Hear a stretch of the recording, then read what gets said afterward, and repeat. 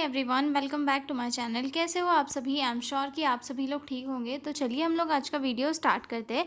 इस वीडियो में हम लोग जो एक 7 नंबर का क्वेश्चन डिस्कस करेंगे। What are minor disorder occurs during the antenatal period. ठीक है, एंटरनेटल पीरियड यानी कि प्रेगनेंसी के दौरान कौन कौन से माइनर डिसऑर्डर कॉज होते हैं उनको हमको डिस्कस करना है। ठीक है, बहुत ही सिंपल क्वेश्चन है। मैं आपको बहुत ही सिंपल और ईजी लैंग्वेज में समझाऊंगी। ठीक है, तो जो लोग भी चैनल पर नए हैं वो लोग चैनल को सब्सक्राइब कर ले। और अगर आपको पीडीएफ नोट्स की रिक्वायरमेंट हो तो डिस्क्रिप्शन में मेरा मेल दिया हुआ है, आप उस पर कांटेक्ट करके पीडीएफ नोट्स ले सकते हो। ठीक है, तो चलिए स्टार्ट करते हैं। सबसे पहले तो हम ये देखते हैं कि एंटरनेटल पीरियड होता क्या है। एंटरनेटल पीरियड यानी कि जो है प्रेगनेंसी का पीरियड, यानी कि उस जिस टाइम पे बच्चा जो है मदर की वूम में होता है और मदर की बॉडी में बहुत सारे ये जो है फिजिकल चेंजेस होते हैं, जिसकी वजह से मदर को जो है बहुत सारे माइनर डिसऑर्डर्स का या फिर डिसीजेस का या फिर डिस्कम्फर्ट का सामना करना पड़ता है। उनको हम इस वीडियो में यहाँ पर डिस्कस करेंगे। ठीक है, इंट्रोडक्शन से स्टार्ट करते हैं। Minor disorder of pregnancy are common discomfort experience by woman during antenatal period. ठीक है, माइनर डिसऑर्डर जो है प्रेगनेंसी के दौरान होने वाले ऐसे डिस्कम्फर्ट होते हैं, माइनर डिस्कम्फर्ट जो हर एक वुमन को जो है एंटीनेटल पीरियड के दौरान फील होते हैं। ठीक है, this condition are not threatening but occur due to physiological changes such as a hormonal imbalance, pressure of the growing uterus and metabolic adjustment। ठीक है, ये जो कंडीशन होती है ये लाइफ थ्रेटनिंग नहीं होती है, लेकिन जो बॉडी में फिजिकल चेंजेस हो रहे हैं, यानी कि हमारी बॉडी में जो है जब कोई भी फीमेल जो होती है वो प्रेग्नेंट होती है तो उस टाइम पे हार्मोनल इम्बैलेंस होता है। ठीक है, और साथ में जो है यूट्रस पर प्रेशर पड़ता है, क्योंकि बेबी जैसे जैसे बड़ा होता है वैसे वैसे यूट्रस का साइज़ कैसा होता है, बड़ा हो जाता है। साथ में मेटाबॉलिक चेंजेस भी होते हैं, जिसके कारण ये सारे जो डिस्कम्फर्ट है ये बॉडी में आते हैं। ठीक है, although they not harm the mother और fetus, they may cause inconvenience and require proper care, guidance and reassurance from the nurse. ठीक है, ये जो है कि बच्चे और मदर को कोई हार्म नहीं करते, लेकिन जो है थोड़ा सा इनकन्वीनियंस यानी कि डिस्कम्फर्ट जो है या असुविधा जो है वो कॉज करते हैं, जिसके लिए जो है इन्हें प्रॉपर केयर, गाइडेंस और रीअश्योरेंस की ज़रूरत होती है, जो एक नर्स जो है उन्हें प्रोवाइड करती है। ठीक है, तो माइनर डिसऑर्डर्स क्या होते हैं? माइनर डिसऑर्डर्स ये जो है ऐसे चेंजेस होते हैं या फिर ऐसे माइनर डिस्कम्फर्ट होते हैं जो प्रेगनेंसी के टाइम पे, जो एंटरनेटल पीरियड होता है उस टाइम पर होने वाले फिजिकल चेंजेस के कारण जो है फीमेल की बॉडी में अकर होते हैं। और ये क्या होता है, लाइफ थ्रेटनिंग नहीं होते, लेकिन इनकी वजह से जो है थोड़ा सा इनकन्वीनियंस कॉज होता है, और जिसके लिए ये सही गाइडेंस, सही प्रॉपर केयर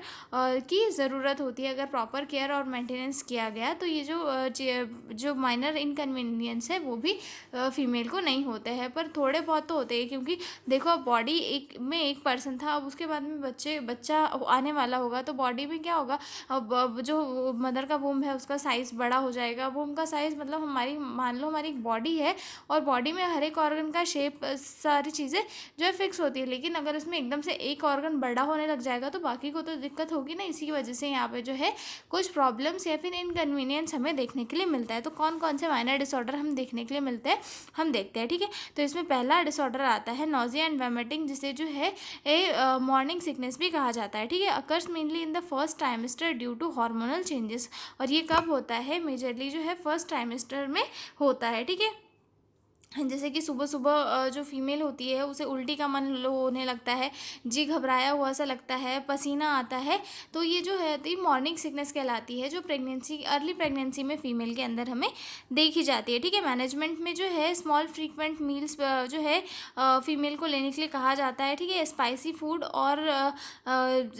फूड या फिर स्पाइसी कोई भी चीज़ लेने के लिए अवॉइड किया जाता है। और साथ में जो है जो पेशेंट होता है उसे जो है रेस्ट लेने के लिए जो है इनकरेज किया जाता है। ठीक है, उसके बाद दूसरा आता है हमारा दूसरा माइनर डिसऑर्डर आता है हार्ट बर्न, या फिर हम उसे बोल सकते हैं एसिडिटी। ठीक है, caused by relaxation of the cardiac sphincter due to progesterone. ठीक है, प्रोजेस्टेरोन हार्मोन की वजह से क्या होता है, फुट पाइप थोड़ा हमारा जो है रिलैक्स हो जाता है, जो हमारा कार्डियक स्पिंचर होता है वो थोड़ा रिलैक्स हो जाता है, जिसके कारण क्या होता है, चेस्ट में जलन या फिर एसिडिटी फील होने लगती है। तो इस टाइम पे जो है फीमेल को क्या किया जाता है, management include avoiding oily spicy food and not lying down immediate after meals. मतलब फीमेल को एडवाइस किया जाता है कि आप ऑयली स्पाइसी फूड नहीं खाओ और खाने के बाद जो है तुरंत लेट मत जाओ, क्योंकि इसकी वजह से जो है एसिडिटी और ज़्यादा हो सकती है। ठीक है, खाने के बाद जो है मिल्क वगैरह फीमेल को दिया जाता है और स्पाइसी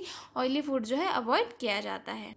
अगला पॉइंट आता है कॉन्स्टिपेशन। कॉन्स्टिपेशन यानी कि प्रेगनेंसी के दौरान जो है डाइजेशन में भी काफ़ी दिक्कत आती है। ठीक है, occurs due to decreased bowel mobility management. ठीक है, मतलब ये कब क्यों होता है, क्योंकि प्रेगनेंसी के दौरान क्या हो जाता है, डाइजेशन काफ़ी स्लो हो जाता है, स्टूल पास करने में काफ़ी दिक्कत हो जाती है। इसके मैनेजमेंट में जो है फीमेल को हाई फाइबर डाइट दी जाती है और फ्लूइड का जो इंटेक है उसे इम्प्रूव किया जाता है और साथ में एक्सरसाइज के लिए जो है इनकरेज किया जाता है। ठीक है, अब उसके बाद आता है बैक एक। ठीक है, बैक एक यानी कि पीठ में दर्द होता है। ठीक है, बॉडी के पोस्चर चेंज होता है क्योंकि वेट बढ़ता है। ठीक है, और सारी चीज़ें बॉडी में अलग चेंज होती है, जिसकी वजह से जो है पीठ में काफ़ी दर्द भी बढ़ने लगता है। ठीक है, due to postural changes the ligament relaxation management include correct posture, avoiding high heels and mild exercise. जो है इसमें प्रेग्नेंट फीमेल को जो है एडवाइस किया जाता है कि आप क्या करो, सीधे बैठा करो, प्रॉपर पोस्चर में बैठा करो, साथ में जो है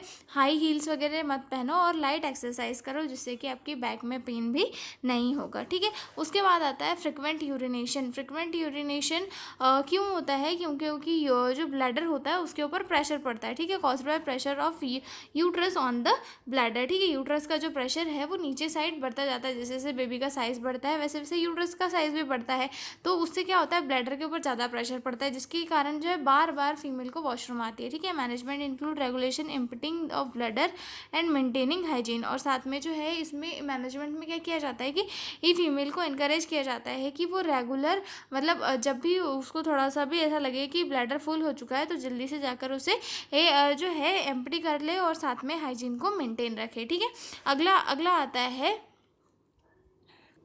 ल्यूकोरिया। ठीक है, ल्यूकोरिया यानी कि जो हमारा हार्मोनल चेंजेस होता है उसकी वजह से जो है डिस्चार्ज बढ़ जाता है, increase vaginal discharge due to hormonal changes. ठीक है, इसके मैनेजमेंट में क्या किया जाता है, जो रेगुलर जो है ब्लैडर को एम्प्टी किया जाता है और साथ में ये प्रॉपर हाइजीन को मेंटेन इसके अंदर किया जाता है। ठीक है, वाइट डिस्चार्ज जो नॉर्मल हो जाता है, जब नॉर्मल होता है, क्योंकि जब तक इसमें कोई भी जो है स्मेल वगैरह ना हो। और साथ में जो है इसमें फीमेल को एडवाइस किया जाता है कि अंडरगारमेंट्स कॉटन के पहनो और साथ में प्रॉपर क्लीनलीनेस मेंटेन करके रखो। ठीक है, तो ये हो गया ल्यूकोयूरिया।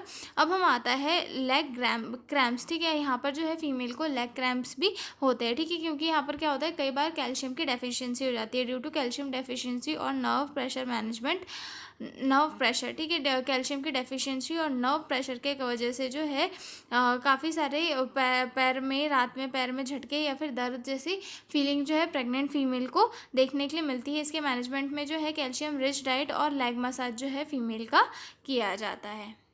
अगला डिसऑर्डर आता है हमारा वेरिकोज वेन। वेरिकोज वेन जो है वेन के ऊपर बहुत ज़्यादा प्रेशर पड़ने की वजह से होता है, caused by pressure on veins and poor circulation. ठीक है, ब्लड सर्कुलेशन स्लो हो जाता है और वेन जो है सूजी हुई दिखने लगती है, जैसे कि पैर की नसें वगैरह फूल जाती है, तो इसे क्या कहा जाता है, वेरिकोज वेन। ये जो है एक्यूट होता है और इसके मैनेजमेंट में जो है प्रोलॉन्ग स्टैंडिंग अवॉइड की जाती है और साथ में पैरों को थोड़ा ऊपर रख कर रेस्ट करने के लिए फीमेल को एडवाइस किया जाता है। ठीक है, उसके बाद एडिमा देखने के लिए मिलता है। ठीक है, swelling of feet and ankle और फीट में भी जो है फीमेल के स्वेलिंग देखने के लिए मिलती है ड्यू टू फ्लूइड रिटेंशन। ठीक है, management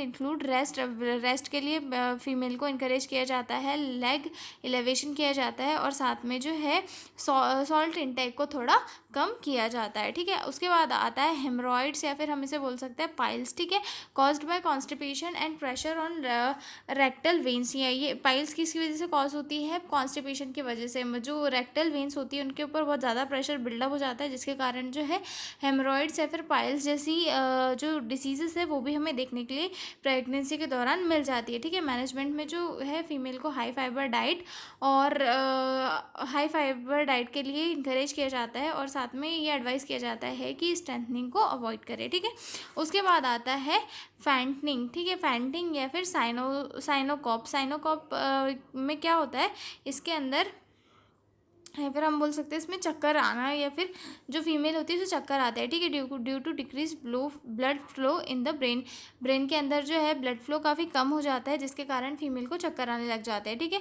management include avoiding sudden position change and laying on the left side. इसके मैनेजमेंट में जो है फीमेल को आ जाता है कि सडन आप कोई भी पोजीशन चेंज मत किया करो, जैसे खड़े हो तो लेट मत जाया करो, लेटे हो तो सडन उठ के बैठ मत जाया करो, ये जो है फीमेल को एडवाइस किया जाता है। ठीक है, उसके बाद आता है डिस्निया यानी कि ब्रीथलेसनेस।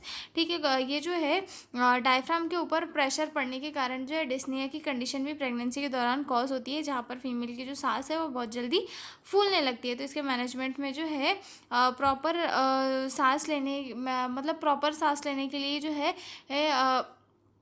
फीमेल को कहा जाता है, साथ में ज़्यादा मेहनत वाला काम करने के लिए अवॉइड किया जाता है, और सीधे बैठने के लिए यहाँ पर फीमेल को कहा जाता है, जिससे कि डायफ्राम पे उतना प्रेशर ना पड़े और ब्रीथलेसनेस जैसी कंडीशन ना हो। ठीक है, तो ये हो गए हमारे माइनर डिसऑर्डर इन प्रेगनेंसी कि प्रेगनेंसी के दौरान कौन कौन से माइनर डिसऑर्डर्स होते हैं, हमने यहाँ पर डिस्कस कर लिए हैं। अब हम मिलेंगे अगले वीडियो में एक नए क्वेश्चन के साथ, तब तक आप लोग बने रहिए मेरे साथ। और अगर आपको PDF नोट्स की रिक्वायरमेंट हो तो डिस्क्रिप्शन में मेरा मेल दिया हुआ है, आप उस पर कॉन्टैक्ट करके PDF नोट्स ले सकते हो। ठीक है, तो मिलते हैं हम लोग अगले वीडियो में, तब तक के लिए बाय बाय।